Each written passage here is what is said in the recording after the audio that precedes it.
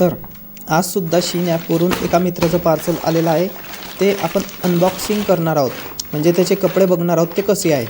तर असेच तुम्हाला कपडे मागवायचे असल्यास आपल्या चॅनलला सबस्क्राईब करून ठेवा।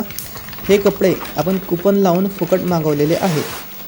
हे कूपन कसं लावायचं, तुम्हाला कूपन कसं मिळेल याची संपूर्ण माहिती आपण चॅनलवरती देणार आहोत, तरी चॅनलला सबस्क्राईब करून ठेवा।